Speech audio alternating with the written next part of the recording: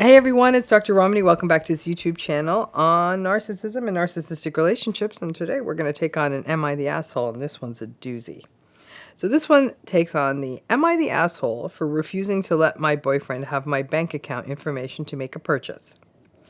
I'm a 31-year-old female and I've been with my boyfriend, a 37-year-old man, for 8 months. He has 3 kids and is a single dad. We're on pretty good terms regarding almost everything. When it comes to money and spending, we take turns inviting each other out weekly. We don't live together, obviously. Several times he had me pay for his kids' purchases. I didn't make a big issue out of it for the sole reason that these purchases were relatively small. All I had to pay was $30 to $60. The other day he called me while I was at work, and he sounded like he was in a hurry. He said he had just found the gaming device he's been looking for so long and wanted to buy it for his oldest son. I asked him, what does this have to do with me? And he told me he was short on money and needed $300.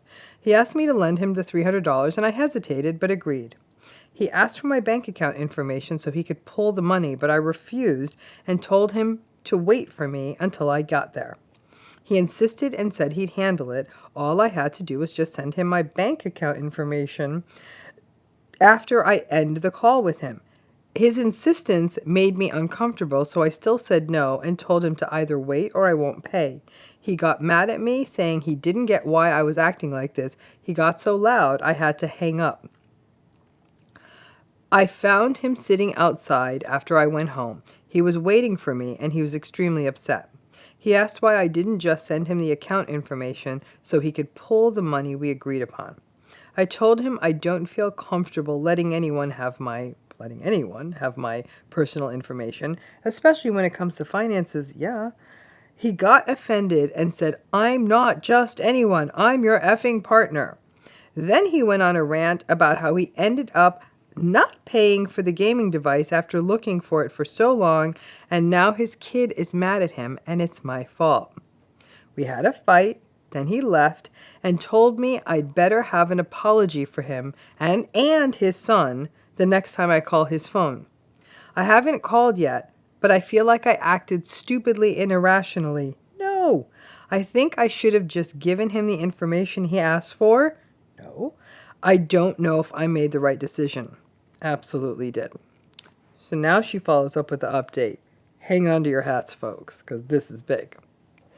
So she says, wow, so I've left the thread after the first hour, but just got back to hundreds of people engaging. I'm just amazed. And since so many of you wanted to know what happened, here's what happened. I've gone to his place and talked to him and his oldest son. Turns out the gaming device thing was a lie. He wanted the money for something else, to help pay for one of his buddies' car repair. I don't even believe that. I was shocked when he confessed and said he had to lie and make it about his kids to get me to lend him the money. You can only imagine my reaction after this.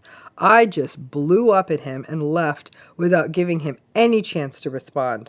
He tried calling my phone. He's still trying, but I decided I want some space to think about what happened and really reevaluate our relationship.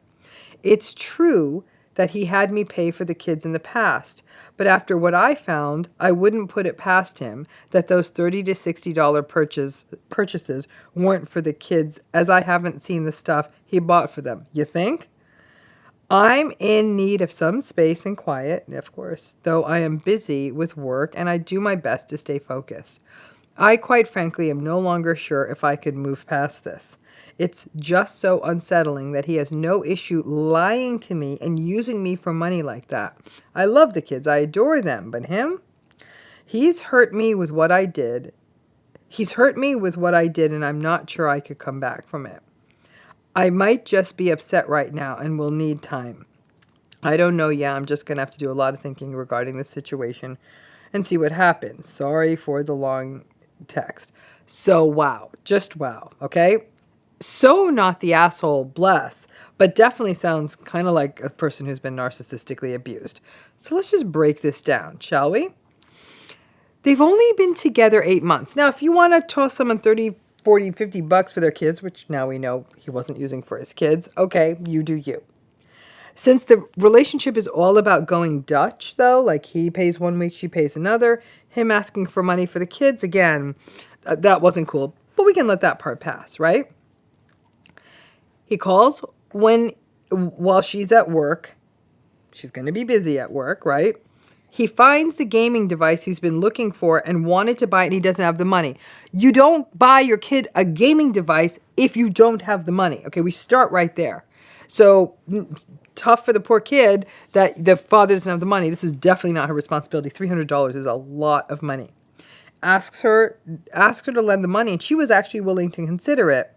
And then what's so interesting, though, that insistence, right? I'm in a rush, calling you at work. Give me the money. Give me the bank information. Give me the bank information. Entitlement. I'm entitled to your bank information.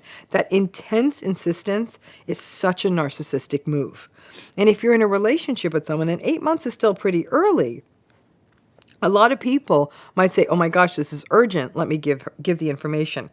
It's really interesting because for all the self-doubt this woman is struggling with, she totally did the right thing. And this is always reassuring when we have good, hard boundaries. Like never, ever, never, ever, never, ever, never, ever, ever, ever should you ever give your banking information to anyone, especially in a time when it's so easy to electronically send money to people, right? Send them PayPal, Venmo, Zelle, all this stuff, right? But never do you want to give banking information. It's very clear that this guy intended to take a lot more than $300. And I'm not convinced it's for his friend's car either. There's something even more shady than that. Who knows what this person's up to, right? It's weird that you would scream at your alleged girlfriend to get money for your friend's car. Let your friend fix their own damn car. So the whole thing is incredibly shady. But the insistence and the entitlement, those are all real ringers around narcissistic behavior. And then he got mad at her, and then he starts screaming. There's rage, right? He got frustrated and disappointed. And it sounds like in many ways he might have been financially grooming her. He tested her with smaller amounts of money, $30, $50, $60. That's how grooming works. I wonder if this testing of the limits works. I wonder if this testing of the limits works, right? And if a person doesn't leave, now they're getting more and more habituated to these asks, but he went a little bit quick from 60 to 300. Homie did not groom very well, did he? So then she found him sitting outside when she went home, and he was waiting for a fight, and that's what narcissistic people often do. They wait for the fight, right? And still angry about her not giving the account information, which she was spot on to not have done. And then she was right to not give it up. I mean, this is an absolute wake-up call. Never give your financial information to anybody. I'm your effing partner. So now what he's doing is he's manipulating the status of the relationship. It's really sort of a gaslighting maneuver, as though you could give me this information, right? And then uses manipulation and guilt. Now my kid didn't get the stupid game, and it's her fault. You can't afford the game for your kid doesn't get the game, kind of thing, right? So there's even this sort of manipulative, entitled belief that this woman somehow was responsible for this $300 toy for his child. They had a fight, and then he tells her she should be apologizing to him. Again, a classic narcissistic maneuver, right? This idea that you owe me an apology when they're the one who was screaming at you. Don't fall for that. And a lot of people, very confused, will say, I'm sorry. No apology that she had to give him. And so now she's full of self-doubt, right? And self-blame. It's exactly what we'd expect in a toxic relationship. Well, and then the act 2 to this story is what blew my mind. That she talks to him and his oldest son. Bet he wasn't expecting that. And then comes to find out the truth of that he was actually trying to scam her. And again, I don't buy that this is for a friend's car repair. And my sense is that he was going to try to pull a lot more money out of the account. So she was shocked about that, as you'd expect. And now, of course, what's he trying to do? Hoover her. So he tried his grifty, manipulative play, which narcissistic folks do. They push and push and push. It doesn't work. And in this lady's credit, she's actually putting down a bit of a line, right? Like, I'm not doing this. And what is he doing? He's trying to hoover her, right? He's now trying to kind of suck her back in. She's got to recognize that all that money she'd been giving him, $30, $50, $60, was never going to his kids either. So this is a guy who was running a small-time hustle and was trying to level up and then try to have access to her bank account. And then, if you tell the bank, I gave them my banking information, you're not going to be able to recoup that money. So on his part, it's clear he was going to take a lot more than $300. You really have to, I feel for this person because 8 months is still pretty early days in a relationship. And so there's still that sense of she really loves his kids. And you can see how, for example, if you are in a relationship with somebody where these other issues, you like their kids, you might like their family, some other shared history, that starts messing with your head and leads to more and more justifications and all of that. So this can go nowhere. 8 months in, somebody's trying to do a shakedown on you and lying to you and screaming at you and trying to get your bank information. This is like getting into a relationship with like an internet scammer that like sends you a shady email. Like there's no future there. But to me, as with so many of these Am I the Asshole stories, the grift is the grift, right? This was actually kind of a stupid hustle. They groomed on those amounts and then sort of couldn't get the banking details and lost it and lied and all of that. But how much self-doubt this person has. Did I do the right thing? Should I have just given the banking details? Is that what a close relationship is? And on and on and on. It absolutely isn't. And in the era of electronic money that we live in now, protecting those banking details to absolutely the ends of the earth. I mean, I don't think anyone should be giving their banking information to anyone. That she did it right. She set one boundary, but setting boundaries often raises doubt. And that's what happened for her. She's in a toxic relationship. She set a boundary, and that has set doubt. My guess is that she did see other red flags in this relationship. It just didn't come up because she was just focusing on that one particular issue. But if there's only one takeaway from this, number one, never give your banking details in a relationship to anyone.